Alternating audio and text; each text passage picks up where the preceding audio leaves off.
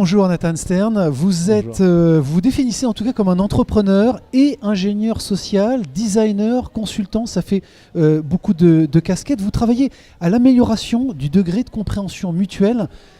J'ai l'impression qu'une explication s'impose. Alors effectivement, c'est un métier un peu inédit. Je suis sociologue de formation, mais je ne voulais pas me contenter d'observer les sociétés, les milieux sociaux, les groupes sociaux. Je voulais faire du social. Et avec la révolution digitale, l'arrivée d'Internet, c'est devenu possible de créer un espace social en 3 clics dans lequel des gens vont pouvoir interagir, se rencontrer, se découvrir.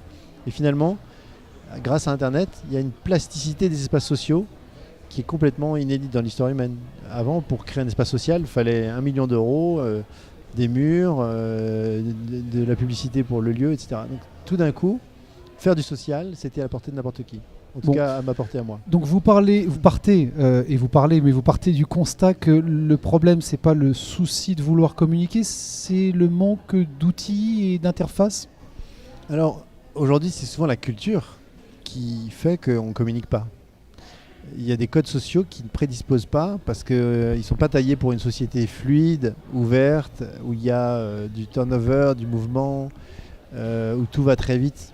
On ne connaît pas, on est désarmé. Donc c'est plutôt inventer des espaces sociaux dans lesquels règne une culture de partage, de confiance, de compréhension mutuelle. Et c'est vraiment ça qu'il faut inventer aujourd'hui. Alors est-ce que ces espaces sociaux virtualisés, numériques finalement, vont pas empêcher les gens de se rencontrer directement, de se parler directement comme on le fait aujourd'hui?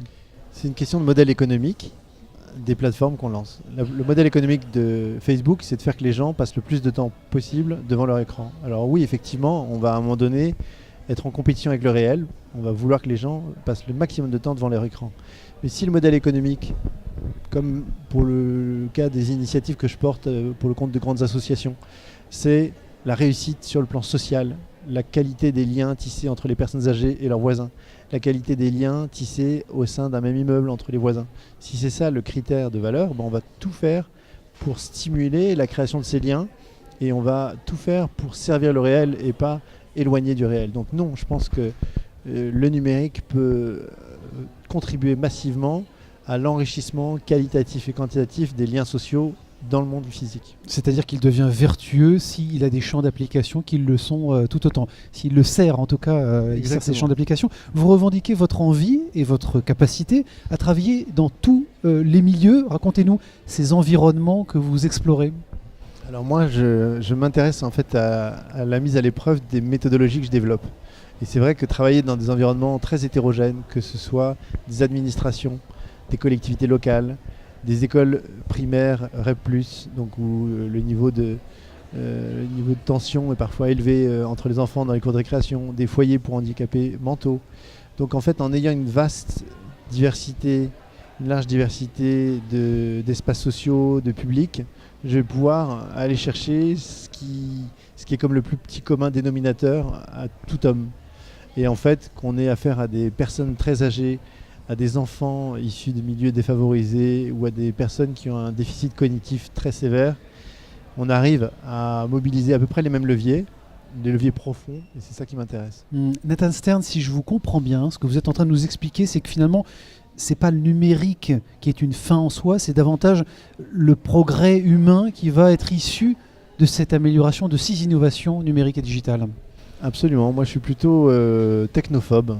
Je trouve qu'il y a trop de techno, il y a trop d'écrans, ça va trop vite. On n'a pas le temps de se souvenir de comment on s'appelle à force de subir ce lessivage continu d'innovation technologique et humainement on ne suit pas. Donc pour moi c'est une ressource fantastique, le numérique, au service, pour autant qu'elle soit au service de notre bien-être, de notre disposition à tisser des liens, à nous rencontrer, à nous comprendre. Mais idéalement, il faudrait que le numérique sache se faire oublier et qu'il soit là pour nous accompagner et pas là pour faire écran à nos relations, ce qui n'est pas toujours le cas. Vous parlez souvent, Nathan Stern, d'empathie. Vous dites qu'elle doit être, évidemment, c'est un des enjeux fondamentaux au cœur de nos sociétés et de leurs évolutions.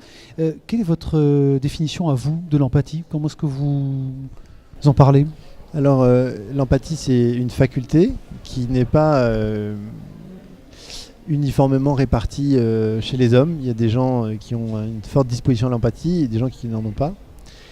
On parle alors des psychopathes, je crois. Des gens apathiques aussi. Et en fait, c'est pas cette faculté qui m'intéresse.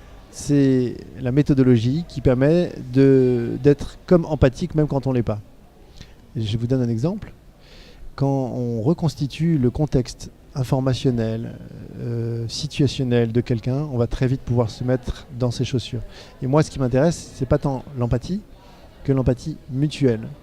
Et donc, j'ai à cœur de mettre à la disposition des personnes pour lesquelles je travaille des outils qui les aident à se représenter ce que ce gars qui a vécu dans la Beauce toute sa vie, qui n'a pas connu autre chose que ceci et cela, va pouvoir penser de ce qui l'environne.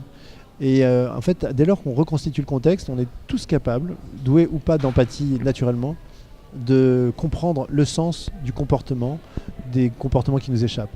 Parce que tout le sujet, c'est restaurer une compréhension mutuelle et sortir du jugement. Et le thème sur lequel je suis intervenu aujourd'hui, c'était précisément ça. Bon, dans cette séquence effectivement de la fabrique du changement, on parle de plus en plus de changement. Est-ce qu'il n'y a pas un risque, in fine, je parle aux sociologues, je m'adresse aux sociologues, de dictature du changement? Est-ce qu'il faut forcément tout changer? Alors d'abord, on est dans un pays où il y a beaucoup de choses qui marchent très bien et qu'il faut protéger, parce qu'on est presque les seuls à l'avoir. On est presque les seuls à avoir la laïcité, une protection sociale extrêmement forte, etc. Donc, bien sûr, il faut choisir avec discernement les objets de changement, les enjeux de changement qu'on va investir. Mais ce que j'ai essayé de faire passer aujourd'hui comme idée, c'est que les valeurs peuvent devenir des petites dictatures. Ce sont des créatures qui légitiment, lorsque les gens se sentent droits dans leurs bottes, conformes à leurs valeurs, à leurs idéaux, à leurs aspirations, ils se sentent légitimes à exercer un certain nombre de violences. Et ces violences, ils ne peuvent pas les voir puisque leurs valeurs définissent ce qui est bien. Donc dès lors qu'ils sont conformes à ces valeurs, pour eux, ils sont immunisés contre toute forme de violence. Et en fait, aujourd'hui, on est dans une époque où, au nom des idéaux, à nouveau, on se sent légitime à être irrespectueux, dans une outrance, une caricature à l'égard des positions des autres, comme si les autres n'avaient pas eux aussi des valeurs. Donc mon sujet, et je pense que sur le plan national, on est dans un moment où il faut prendre conscience que les gens qui ne sont pas d'accord avec nous, ils ont aussi leurs bonnes raisons de penser ce qu'ils pensent. Et que les juger, les renvoyer à une bêtise ou à un manque de compréhension ou à un égoïsme, c'est très risqué. Nathan Stern, pour terminer, qu'est-ce que vous êtes venu chercher ici et qu'est-ce qui vous a marqué depuis le démarrage de cette 4e édition ce matin? Alors je suis venu chercher ici un petit peu de cette énergie positive parce que tous les gens qui viennent, que ce soit les intervenants ou les personnes qui viennent participer ou assister aux différentes propositions qui sont faites ici, ateliers, conférences, etc., ils ont une envie parfois diffuse, parfois confuse, mais qui est palpable en fait et qui est très bienfaisante, qui est une énergie de bienveillance, d'espoir, de curiosité. Voilà ce que je suis venu un peu chercher. Et un fait marquant? Les femmes sont en train de débouler dans la place et c'est une très très bonne nouvelle. Et j'ai vu ça sur les 15-20 dernières années.